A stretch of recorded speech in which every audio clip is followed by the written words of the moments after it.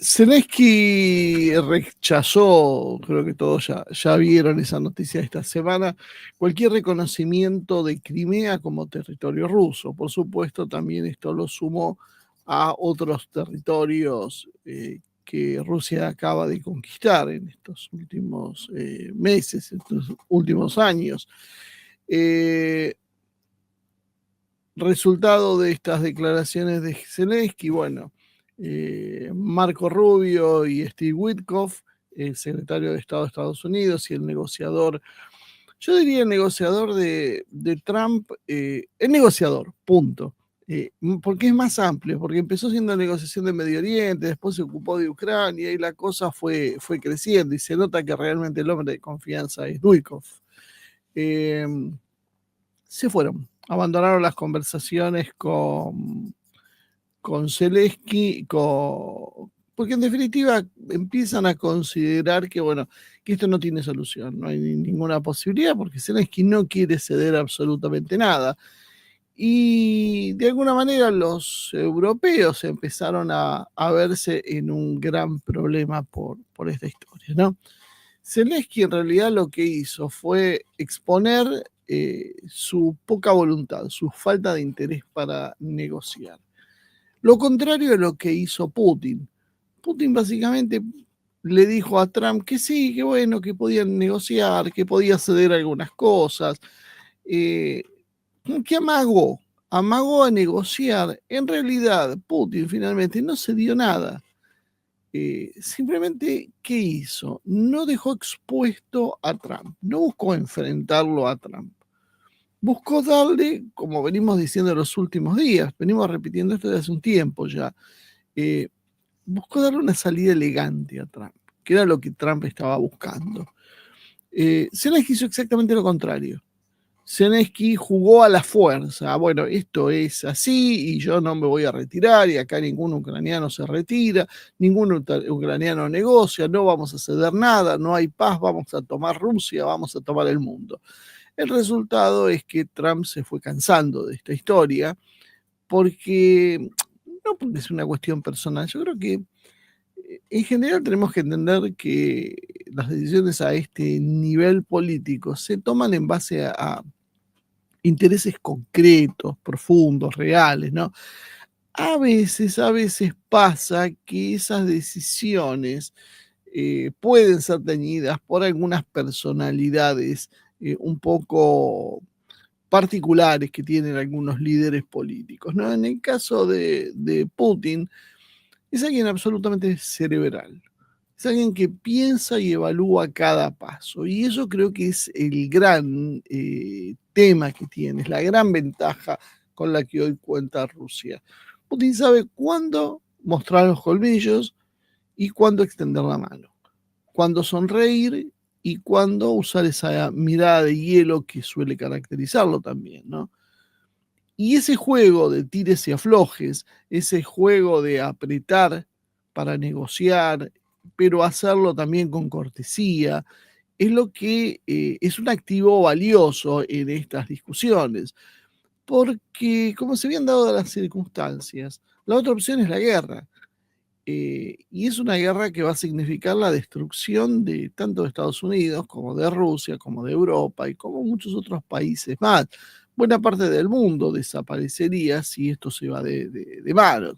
Por lo tanto, hace falta esa capacidad de negociación, de acción que está demostrando Putin, que contrasta enormemente con la de un Zelensky que además es infinitamente más débil en todos los órdenes.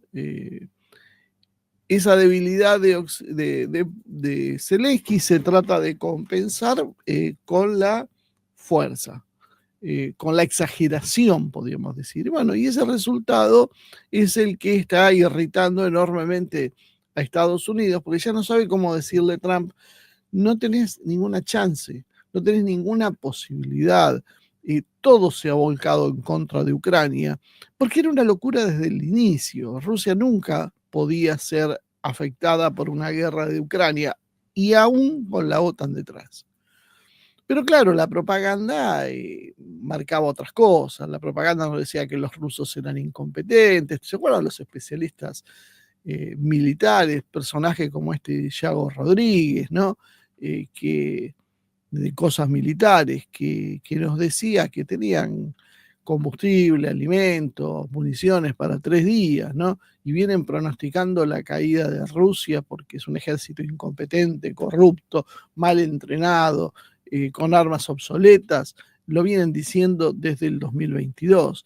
Después nos dijeron, bueno, pero al final está enfrentando a Ucrania, uno de los países más pobres de Europa, y fíjense que no han podido tomar Kiev en 3 días.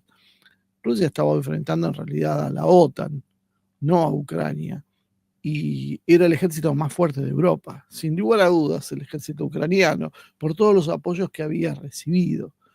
Y aún así, contra una coalición de más de 50 países, Rusia se las ingenió. Se las ingenió para, bueno, para sostener la pulseada, para absorber las presiones militares, pero también las económicas, y llegar a este punto que hoy empezamos a ver, ¿no? Trump ha llegado al poder y ha cambiado un poco la ecuación, ¿no? Él, el propio Trump y su vicepresidente, Vance, rápidamente salieron a cruzarlo a Zelensky y a ratificar la posición que había sostenido Marco Rubio la semana pasada. Estados Unidos va a salirse del conflicto y va a dejar a los europeos solos para que, junto con Zelensky, resuelvan el conflicto que generaron. Y esto parece que hay veces no es aceptable o no es entendido, sobre todo por Zelensky, que parece absolutamente fuera de control. Estados Unidos le está diciendo claramente, no va a haber ningún reinicio, no va a haber ningún retroceso, no va a haber cesión de nuevas regiones, no va a haber nada. Lo que Rusia obtuvo, ya está. Y puede ir por más. Y eso es lo que le está advirtiendo Trump a Zelensky.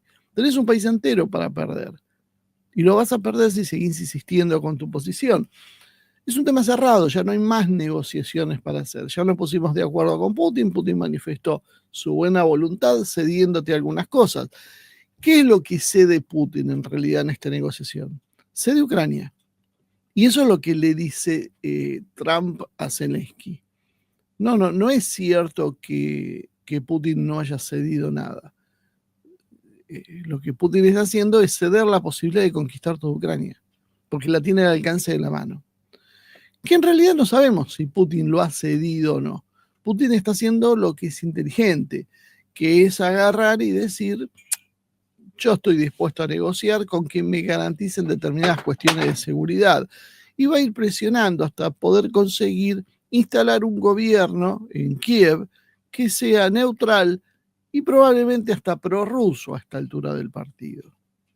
Eso es probablemente lo que va a terminar consiguiendo Putin en esta deriva, asegurándose además directamente una serie de regiones. Si puedes poner el mapa, ese que te mandé, porque así va a quedar más o menos claro. Primero prestemos atención a un detalle. Están empezando a usar los rusos una palabra que es Novorossiya. La está usando Peskov cada vez que habla. ¿Qué significa Novorossiya? Novorossiya es Nueva Rusia. Nueva Rusia en realidad es un término histórico, de nuevo no tiene nada, pero que se origina en épocas pasadas, en las épocas imperiales, alrededor del siglo XVIII, y se refería básicamente a las tierras que habían surgido de la conquista del Imperio ruso en su disputa con el Imperio otomano hacia la salida mares cálidos, hacia el Mar Negro. Esos eran los nuevos territorios de Rusia, por eso era la Nueva Rusia. Bueno, esta Nueva Rusia sigue ya casi 3 siglos, y además ya tenía componentes históricos de ser ruso, pero que habían sido dominados por otras potencias. Toda esa zona ha cambiado de manos muchísimas veces a lo largo de la historia. La idea de cristalizar eso como regiones hoy que pertenecen a Ucrania u otro país. En realidad es desconocer la historia. Quienes han sostenido eso, diciendo, bueno, lo que pasa es que Rusia invadió un país soberano, es gente que no conoce lo que ha sucedido en la historia. Lamentablemente, en Occidente se da una historia reducida, despojada de conflictividad, de complejidad sobre todo. Una historia que se resume a lo que es favorable a la visión actual que tiene Occidente. Básicamente todas estas regiones en realidad fueron ocupadas por Rusia, fueron conquistadas por Rusia y algunas directamente como Odesa fueron creadas por Rusia porque simplemente no existía la ciudad de Odesa hasta que la fundó Catalina II. Hoy Rusia ha tomado, si tienen el mapa en pantalla, ha tomado las regiones de Lugansk, Donetsk, Zaporizhia, Gerson, tal vez no por completo, y Crimea. Todas esas franjas es una zona históricamente rusa, una zona rusoparlante, una zona que además quería ser rusa, se sentía rusa, porque tenemos que considerar también que Ucrania es un estado artificial. La existencia de Ucrania, sobre todo con las fronteras actuales, tiene que ver más con un proyecto nacido en el siglo XX que con una realidad histórica.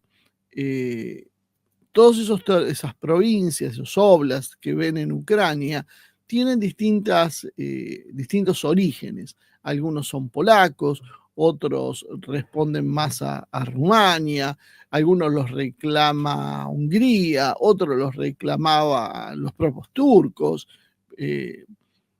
Y esto es como que de alguna manera artificialmente se hizo aprovechando, había algunos movimientos previos, pero básicamente aprovechando la revolución bolchevique, eh, que terminó generando una república socialista ucraniana, que como era todo parte dentro de la propia Unión Soviética, nadie se preocupaba demasiado si se le cedía o no Crimea, por ejemplo, a Ucrania, o lo administraba otra república como puede ser la República Rusa, porque en definitiva estamos hablando de un mismo país que era la Unión Soviética. Claro, esto fue aprovechado luego por Occidente para tratar de generar el conflicto que hoy estamos viviendo. De hecho, lo generaron. Rusia, entonces, como decíamos, tiene Lugansk, Donetsk, Zaporizhia y Gerson, que los va a completar, y Crimea. Estas son las zonas que Rusia no negocia, y yo creo que en realidad Rusia quiere más que esto hoy, dado la magnitud del conflicto y la victoria que está teniendo, pero es un poco lo que usó como carta de negociación. Bueno, esto es nuestro, eso es lo que Estados Unidos dijo, bueno, lo reconocemos, Crimea parte de Rusia y las otras 4 zonas bajo administración rusa. Listo, ya está, tenés que reconocer esto a Zelensky para empezar a hablar y no entrar a la OTAN. Bueno, Zelensky obviamente se ha negado a esto, incluyendo Crimea, lo cual va a hacer que Rusia retome su ofensiva. De hecho, ya lo están viendo en los últimos días, están viendo una, una potencia inusitada en el fuego ruso y se está preparando para un avance mayor. ¿Cuáles serían los objetivos de Rusia? Bueno, probablemente, nadie lo sabe, pero los objetivos prioritarios van a ser Mykolaiv y Odessa, que ustedes lo pueden ver más al sur. Esto le garantizaría a Ucrania, básicamente, tener el control a Rusia, el acceso del Mar Negro y privar a Ucrania de eso. Pero también tenemos que recordar que está Transnistria. Por lo tanto, Rusia va a generar un corredor seguramente con parte de los oblasts de Vinnytsia y los que le van siguiendo hasta poder cubrir esa región con un margen de seguridad. Lo mismo pasa en el norte de Ucrania con Chernihiv, Sumy y Kharkiv. Probablemente Poltava y Dnipropetrovsk también sean incorporadas a Rusia. Eso es más o menos lo que Rusia va a reclamar, porque esas son las zonas rusoparlantes por un lado, y por otro lado son los que le permitirían tener mínimamente un colchón de algunos centenares de kilómetros que le permitan a Rusia tener un escudo defensivo ante cualquier ataque occidental. Kiev sería lo que sobreviviría de Ucrania con algunas otras provincias del occidente ucraniano. Básicamente eso es más o menos lo que va a intentar buscar Rusia en función de esta negativa. Y eso es lo que le está diciendo Trump a Zelensky. Le está diciendo, hoy esto lo podés arreglar perdiendo esos 5 oblasts que ya los perdiste, que no es nada nuevo, no es que tenés que ceder, ya los perdiste, ya no son tuyos y no tenés ninguna forma humana de recuperarlos. Por lo tanto, es mejor negociar ahora que seguir insistiendo. Si seguís insistiendo, vas a perder esto que yo acababa de señalar, Mykolaiv, Odessa, Sumy, Kharkiv, seguro, y probablemente algunas otras regiones más. Y cabe la posibilidad de que Rusia decida tomar toda Ucrania, que también lo podía llegar a hacer, dada la endeblez de las fuerzas ucranianas y la precaria situación de las fuerzas de Europa Occidental, ¿no?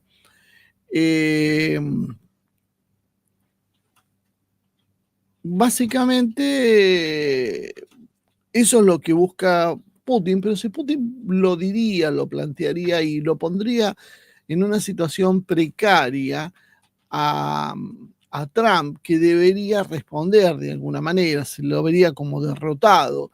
Y eso puede implicar que Estados Unidos siga mandando armas prolongando el conflicto. Por lo tanto, Putin dice, no, yo me conformo con lo anterior, el resto vemos cómo lo hacemos, sabiendo en el fondo que el problema no era él, el problema iba a ser Zelensky, que Zelensky, por presiones internas, por su propia personalidad y otros condimentos, no iba a poder decir que, bueno, negocio, iba a decir lo que dijo, que era lo que Putin quería. Es decir, Putin no se expuso a quedar él como el que no quiere negociar y el ambicioso, sino dijo, bueno, yo negocio, dejando que Zelensky asuma ese papel. Y Zelensky estúpidamente lo hizo.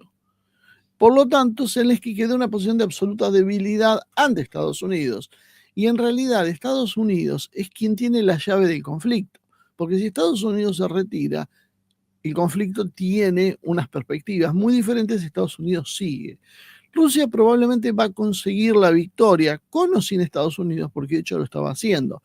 Pero una cosa es una victoria con años de desgaste y con sanciones comerciales, y otro es con una negociación con Estados Unidos donde se pueda poner un régimen de gobierno en Ucrania que sea simpatizante de alguna manera con Rusia, que no sea una amenaza para Rusia de ninguna forma, y conservando las regiones rusoparlantes.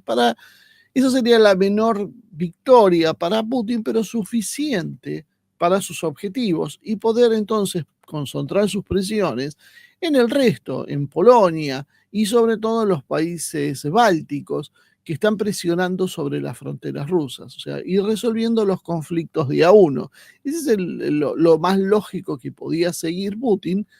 Y Estados Unidos, por otro lado, tiene como prioridad con Trump restablecer su poderío económico, sobre todo internamente, reindustrializar el país, y para eso necesita salir de los conflictos, porque no puede atender los dos frentes a la vez. Necesita concentrar sus capacidades en desarrollarse internamente. Por lo tanto, necesita salir de este conflicto de Ucrania en el cual no gana nada, porque en definitiva, si me dicen, no, pero él quiere las tierras raras, Trump, las compra, se las paga a Rusia las tierras raras y le sale más barato que sostener esta guerra. No va a gastar 200.000 millones de dólares en tierras raras Estados Unidos, que es lo que ya lleva invertido, para nada, para no obtener absolutamente nada. Es mucho más rentable, y acuérdense que Trump piensa con mentalidad de empresario. Entonces, para él es mucho más rentable sentarse con Rusia y decirle, ok, está bien, yo quiero esas tierras raras, me las dieron los ucranianos, pero las tenés vos. Bueno, ok, ¿cómo resolvemos esto? déjame que vayan las empresas estadounidenses a extraerlas, cómo te pago, cómo hacemos, cómo lo dividimos.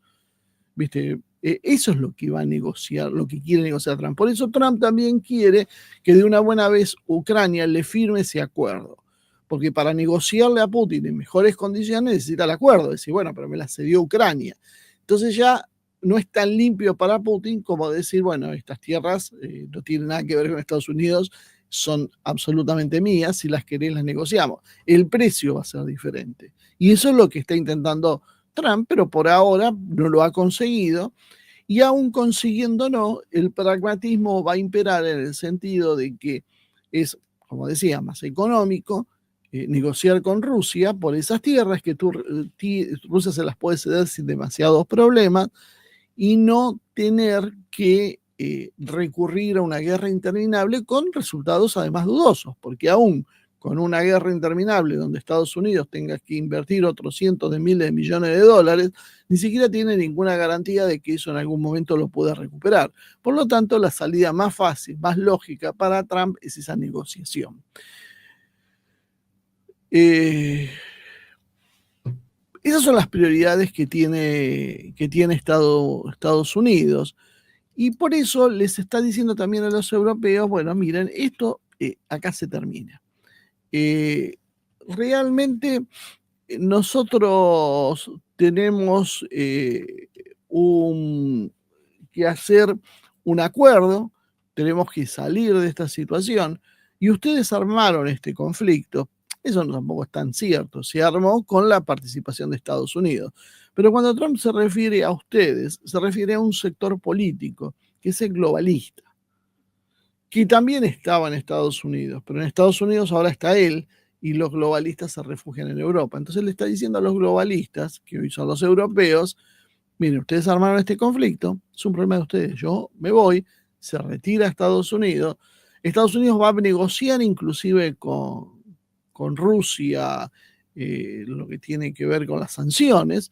¿Por qué? No porque sean buenos, porque a Estados Unidos también le conviene negociar con Rusia. Y porque Estados Unidos necesita imperiosamente acercar posiciones con Rusia para tratar de que Rusia no esté 100% volcada con China. Porque si no, el juego se vuelca a favor de China. Entonces Estados Unidos tiene que bajar esa presión rusa en ese sentido. Entonces, a los europeos le está diciendo, yo no voy a seguir quedando mal con Rusia, así que me voy a ir y ustedes vayan pensando qué hacen con Ucrania, porque se van a enfrentar solitos con Rusia, sin ayuda extranjera. Y también eso se lo está diciendo a Zelensky, se van a tener que arreglar solos. Hay un tridente, podríamos decir, duro en Europa, que es Macron, Starmer y Merz, el nuevo canciller alemán, que son los que imaginan soluciones militares para este conflicto, ¿no? Y Trump, de alguna manera, le está haciendo sentir a los europeos que se están exponiendo a grandes riesgos si siguen insistiendo con esta política. Porque además los objetivos que tienen están fuera de las capacidades reales que hoy tiene Europa. Europa no puede militarmente derrotar a Rusia y además tiene otros problemas con respecto a la situación económica, lo cual no sería una muy buena idea que se hagan cargo de esto y sigan en una situación que puede hacer que Rusia cambie su posición y comience a mirar Europa con otros ojos. Porque en definitiva Rusia por ahora está intentando conseguir zonas de seguridad, pero puede llegar a cambiar esa perspectiva si Europa sigue insistiendo en sostener una agresión contra Rusia. Los europeos, si quieren meterse en este enfrentamiento con Rusia, primero van a tener que hacer un recorte inimaginable de beneficios y costos sociales, van a tener que aumentar impuestos y van a tener que tomar una serie de decisiones absolutamente impopulares que pueden causarles una revuelta interna y bastantes líos internos tienen como para encima meterse con otro problema nuevo, porque acuérdense los problemas migratorios que hay en Europa, las revueltas, acuérdense los chalecos amarillos en Francia, los problemas con la inmigración del norte de África y de Medio Oriente que hay, todo eso sumado a una sociedad con recortes brutales, así como hace Milei en la Argentina, bueno, va a ser un cóctel explosivo, que no es la mejor fórmula para imaginarse que van a enfrentar a, a Rusia, porque esto es lo que van a tener que hacer si esperan juntar el dinero y las armas para enfrentar a Rusia en Ucrania. Y aún así es muy probable que no consigan gran cosa, porque, por ejemplo,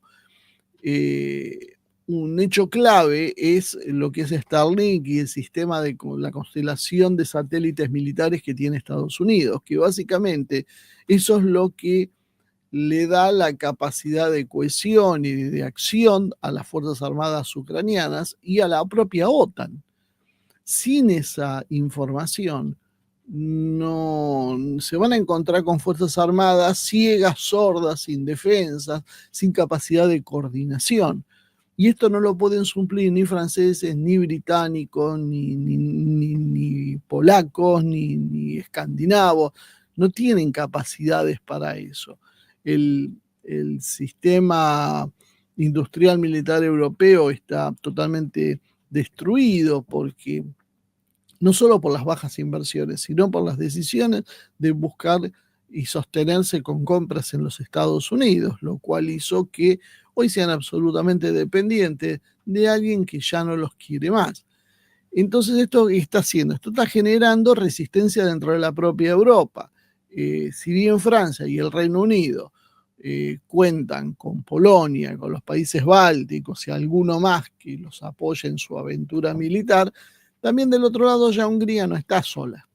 Está Hungría, está Eslovaquia, pero a esos dos países se le suma, por ejemplo, Italia, que ya ha dicho que se opone categóricamente al envío de tropas.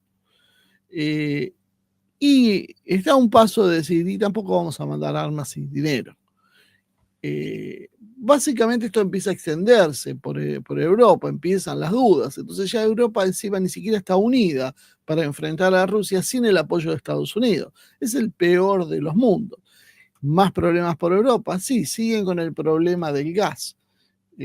¿A quién le van a comprar gas? Se lo dejaron de recibir el gas ruso, que todavía no lo han podido suplantar por completo. Esto les está produciendo un enorme impacto en la economía. Y ahora se enfrentan con un Trump que sobre esta situación precaria no ha tenido mejor idea que considerarlos como enemigos y meterles aranceles y derechos comerciales. Entonces la Unión Europea quedó presa hoy de una situación muy compleja, porque por un lado se enfrenta con Rusia casi militarmente, o militarmente podríamos decir, y también económicamente, pero ya no tiene el apoyo de Estados Unidos, que le responde poniéndole sanciones económicas y con un proceso que ya había iniciado desde la época de Biden, de empezar a sacarle las empresas más valiosas. O sea, básicamente Estados Unidos pretende reindustrializarse a costa de la industria europea, llevarse de Europa las empresas que son necesarias para que produzcan en los Estados Unidos, dejando cáscaras vacías en Europa.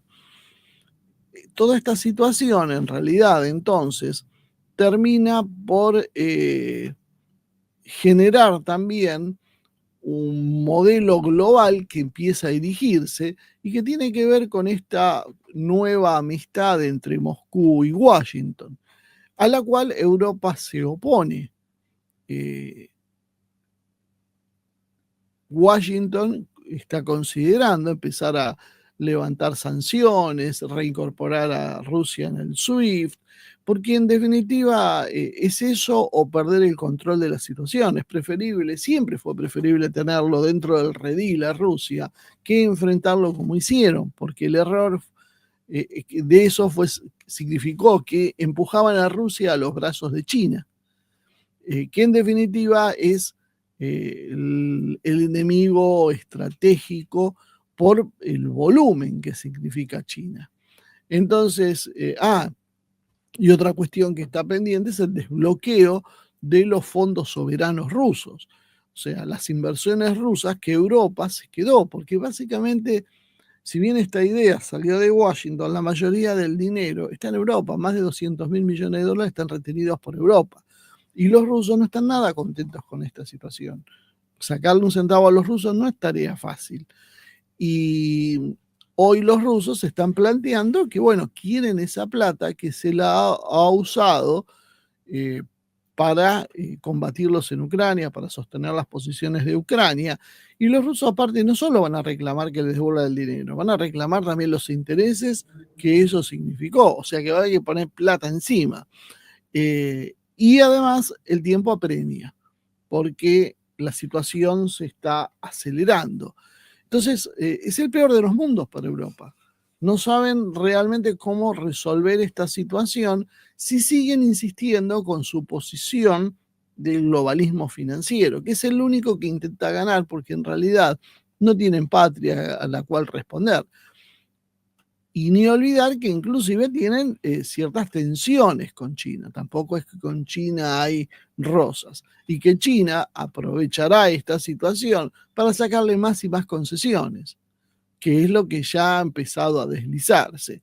O sea que, como se vea la situación, Europa comienza a ser traccionada por intereses muy poderosos de Estados Unidos, por un lado, de Rusia por el otro, y China que va a aprovechar esto para también sacar partido. Europa comienza también a dudar, ¿no? Porque China, por ejemplo, les disputa el mercado automotriz. Básicamente los está eliminando los autos eléctricos, que era la gran apuesta europea, y esto también se refleja en los autos con motores a explosión convencionales. China está despojando de una de las principales industrias a los europeos y le está copando los mercados de exportación. De alguna manera, esto es una verdadera complicación y los intereses objetivos de China son contrapuestos en muchas industrias, sobre todo toda esta política verde que ha desarrollado Europa, depende de China, las celdas solares, los molinos de viento, casi todo depende de la tecnología china y de la producción china. Entonces, un empeoramiento severo de las relaciones con Estados Unidos y con Rusia, a Europa también la desarma frente a China, que va a ir con su estilo consiguiendo ventajas y apoderándose más todavía de Europa. En Europa entonces se empieza a resquebrajar este frente que encabezaba Macron y Starmer, y necesitan hacer algo con Trump, provocar la caída con levantamientos en Estados Unidos, es la experiencia que tiene el globalismo, pero esto es algo bastante incierto, dudoso y que no sabemos realmente si lo pueden hacer y cuánto le va a devaldar. Por lo menos una hipótesis un poquito más viable es inmovilizarlo en una telaraña de burocracias, donde jueces se opongan a posiciones arancelarias o disposiciones políticas que hace Trump. Ese tipo de acción, esa resistencia pasiva del aparato burocrático, puede de alguna manera llevarlo a paralizar las acciones de Trump, buscando derrotarlo en las elecciones intermedias, y que ese freno en realidad le permita sobrellevar estos 4 años de gobierno que tendría Trump para luego poner un gobierno nuevamente afín como el de Biden y poder volver a retomar sus planes. Pero bueno, esto es muy complicado y va pasando el tiempo y las cosas se van poniendo cada vez más feas. Y yo creo que una prueba de esto también son las posiciones que está adoptando Ucrania, ¿no? Parece que en realidad Zelensky ahora ha decidido a apelar nuevamente al terror. Ya lo había hecho al principio, no funcionó, pero ahora parece que vuelve con lo mismo. Y acabamos de ver que un general del Estado Mayor ruso, Yaroslav Moskalik, que era el subjefe de operaciones, fue asesinado con un coche bomba en las afueras de Moscú. Y esto es otro de los errores que comete Zelensky, porque ¿cuál es el objetivo de esto? Amedrentar a Rusia, asustar a los militares rusos, asustar a la población rusa. Bueno, evidentemente eso no está sucediendo, no va a suceder. Ya hicieron varios atentados de este tipo y lo único que consiguen es que en Rusia, en vez de miedo, haya un espíritu de revancha. La gente empieza a apoyarse cada vez más ante estos salvajes terroristas que matan gente en las calles de Moscú. No es una buena idea si lo que quiere Zelensky es causar divisiones dentro de Rusia que le dificulten el accionar a Putin. Eh, y, y esto no solo le ha traído un problema, le va a traer un problema con Rusia, que esto sabemos que los rusos responden con acciones militares cada vez más duras, sino que además le está produciendo, está realimentando en realidad el efecto negativo sobre Trump. Porque Trump cada día le tiene más antipatía a Zelensky. Nunca lo quiso demasiado, pero últimamente, claro, lo ve fuera de control. Está tratando de negociar una paz con Rusia y que era lo peor que tenía a su alcance Zelensky para hacer. Apelar al terrorismo. Es algo que molesta en Estados Unidos y molesta de sobremanera en Rusia. Países tan grandes y poderosos como Estados Unidos no ven con buenos ojos el terrorismo descontrolado. El terrorismo que ellos mismos lo han practicado. Una cosa es cuando ellos lo supervisan y deciden quién lo hace, y otra cosa es cuando un tercer país se le ocurre aplicar terrorismo, porque eso lo pueden aplicar contra cualquiera. Y esto es un problema interno para los propios Estados Unidos, que son quienes manejan la seguridad, por lo menos del hemisferio occidental. Esto lo llevó a Trump a que inmediatamente diga ante la prensa que era muy grave lo que había sucedido. Dijo, en realidad, esto nos afecta directamente, es un caso grave, lo voy a investigar y si me entero de algo les avisaré, les dijo a los periodistas. Bueno, imagínense que Trump lo que ahora va a tratar de saber es quién dio la orden, quién permitió que eso sucediera. La orden ha sido dada seguramente desde Londres. No es tan simple hacer ese tipo de cosas, porque el brazo ejecutor sí, seguramente fueron los servicios de inteligencia ucranianos, pero hay un núcleo que es el que da las ideas que tiene que ver con Londres, porque Zelensky tiene este envalentonamiento, mucho en buena medida porque lo apoyan y lo auspician desde Londres.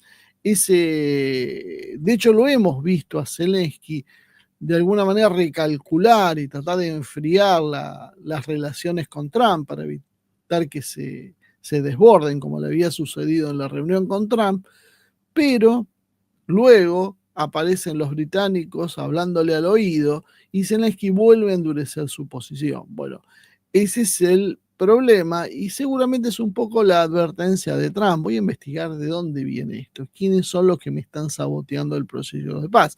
El problema que tiene Trump es que los británicos y los franceses, que es ese núcleo global liberal que mencionamos, lo está desafiando abiertamente a Trump.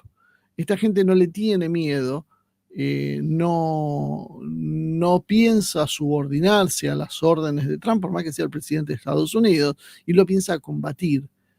Y de hecho es lo que está haciendo. Así que esta amenaza de Trump, vamos a ver cómo termina ejecutándose, si realmente se transforma en algo práctico o en simplemente una declaración para la tribuna. Otra cosa que molestó también fue que esto se produjo mientras estaba Steve Witkoff en Moscú negociando con las autoridades rusas. A Washington no le gustó nada que mientras ellos tenían su delegado especial hubiese atentados terroristas de sus aliados en la región, ¿no? Todo esto le va cerrando los caminos a Ucrania hasta tal punto que apareció una noticia financiera, que fíjense que en 3 años nunca fue noticia y ahora sí lo es. Aparentemente el gobierno ucraniano ha anunciado negociaciones con los tenedores de unos bonos, warrants GDP, para reestructurar 2.600 millones de deuda que han fracasado esa reestructuración. Esos bonos en realidad fueron parte de una reestructuración del 2015 y que quedaron afuera de la revisión de la deuda más amplia de 20.000 millones que se llevó a cabo en el 2023 después del inicio del conflicto a gran escala con Rusia. Ucrania ofreció dos salidas, cambiarlos por otros bonos o aplazar los pagos hasta el 2028 con valores adicionales y extender la opción de recompra hasta el 2029, pero los tenedores de bonos rechazaron ambas opciones, calificando las propuestas de Kiev como inaceptables y que no constituían una base para una interacción constructiva. ¿Y esto qué pasa? Esto pone a Ucrania al borde de la suspensión de pagos. Sobre llovido mojado. La cantidad de problemas que tiene Ucrania, las derrotas militares y demás, y ahora esto lo que significa es que están cortando el grifo financiero. Sin dinero no hay armas, sin armas no hay guerra. Eso es un poco lo que ahora se ha visto también. Y que de alguna manera pone en duda la reestructuración de la deuda ucraniana con el Fondo Monetario Internacional. Yo les cuento a aquellos que siguen repitiendo lo que ahora dijo Bloomberg, que hubo acciones políticas que decidieron y dicen, vieron, es Trump por su amistad con Ucrania. Trump le había mandado delegados al FMI. Trump quiere eliminar al FMI. Las decisiones políticas no se están tomando en Estados Unidos, se están tomando en las capitales financieras. El FMI es un nido financiero, no es el FMI un bastión del trumpismo. Eso es lo que yo a veces también intento que se entienda, pero que evidentemente no se entiende. Bueno, y mientras tanto, ¿qué más pasó? Y ya con esto vamos cerrando la charla de hoy. Hubo una gran noticia que pasa desapercibida tal vez.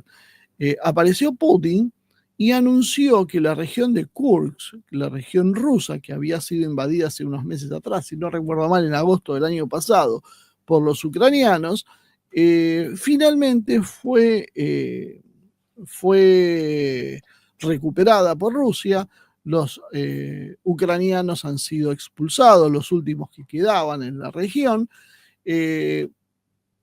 Putin dijo que la idea de la invasión a Rusia terminó en un verdadero desastre absoluto para los ucranianos, con cerca de entre 70 y 90.000 bajas. Y hubo un detalle más también para destacar, que es que Rusia elogió el heroísmo norcoreano en la región de Kursk. Bueno, finalmente parece que los militares de la República Democrática de Corea del Norte, finalmente estuvieron presentes en la liberación de Kursk de las tropas ucranianas, según dijo el jefe de Estado Mayor Valery Gerasimov, terminando finalmente con la polémica de si había coreanos o no combatiendo con el ejército ruso. Ni coreanos ni rusos nunca se habían expedido sobre el tema, nunca habían hecho comentarios. Los comentarios tenían que ver con la prensa, pero oficialmente ninguna de las naciones había dicho nada y se habían limitado a decir que básicamente esto tenía que ver con las decisiones soberanas de ambos países sobre cómo conformaban sus ejércitos, alianzas y demás, pero nunca confirmaron ni desmintieron la presencia de soldados coreanos. Bueno, ahora parece ser que sí que hubo, algunos hablan de 12.000 soldados coreanos que estuvieron combatiendo del lado ruso y que, bueno, ha generado una cierta conmoción, pero que en definitiva terminó por no ser nada. O sea, lo único que significó esto es que Corea ha roto su aislamiento internacional y hoy es un aliado más que estrecho de Rusia, dado que ha hecho hasta una prueba de sangre. Y otra noticia que también llamó la atención es que el hijo de una alta funcionaria de la CIA fue muerto en combates con Ucrania. Este muchacho de 21 años, no recuerdo el apellido, había ido a combatir a Ucrania, era una especie de hippie, como dijeron, que había trabajado en programas de viviendas en países latinoamericanos y que había ayudado a los sectores más pobres en muchos lados, y había viajado a Ucrania a combatir contra los rusos en su momento. Pero evidentemente parece que no le gustó mucho lo que vio en Ucrania, se cambió de bando y se incorporó al ejército ruso. Bueno, fue muerto en una operación militar y Rusia lo ha reconocido como una especie de héroe, con esa particularidad que es hijo de una alta funcionaria de la CIA. Conclusión de esto, finalmente Putin va ganando la batalla, va combinando la presión diplomática con la presión militar y con una gran paciencia, consiguiendo entonces sus objetivos y jugando hábilmente con las diferencias internas de sus enemigos. No avanzó torpemente, sino que lo hizo buscando dividir a sus enemigos. De alguna manera, la fórmula que usó Occidente contra la Unión Soviética ahora es la que aplicó Rusia contra Occidente. Por eso vemos todas estas posiciones y a veces mucha gente que se quejaba dentro, en Rusia misma contra Putin, diciendo por qué no terminamos esta guerra, si tenemos tantas armas, si tenemos capacidad, porque en realidad lo que Rusia intentaba no llevar el mundo a un desastre, no ir a una guerra termonuclear donde iban a morir la mayoría de los rusos, aún ganando la guerra, o por lo menos buena parte de su población, y buscó la forma más efectiva de conseguir esto, combinando política, diplomacia y fuerza militar. Los resultados están a la vista. Ha conseguido básicamente todo lo que se propuso en términos de seguridad. Si nosotros retrocedemos 3 o 4 años y vemos lo que planteaba Rusia, ha conseguido gran parte de sus objetivos y va por más. Y ahora inclusive ha conseguido que el presidente de los Estados Unidos de alguna manera lo mire con cierta simpatía y vaya aceptando el papel de Rusia como un gran actor internacional, cuando Rusia no era considerado y era considerado por detrás de un montón de naciones europeas, por ejemplo. La llegada de Trump, en realidad, para el proceso de Putin fue una suerte, tal vez. ¿Cuánto trabajó, eso quizá lo diga la historia, para cuánto trabajó Rusia para que Trump pueda ser presidente de Estados Unidos nuevamente? No, no lo sabemos. Podemos intuir, a pesar de que Trump decía, que Putin decía que Biden lo prefería como candidato porque era alguien más previsible que Trump, la realidad, yo se los decía, es que no, todo lo contrario,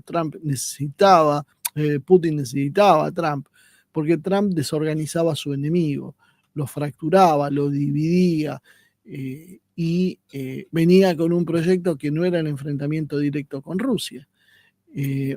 A partir de esa situación, Rusia consiguió poner una cuña que divide Estados Unidos de la Unión Europea, y a partir de ahí la facción belicista quedó aislada de Estados Unidos y hoy tiene que afrontar solo las consecuencias de una guerra con Rusia.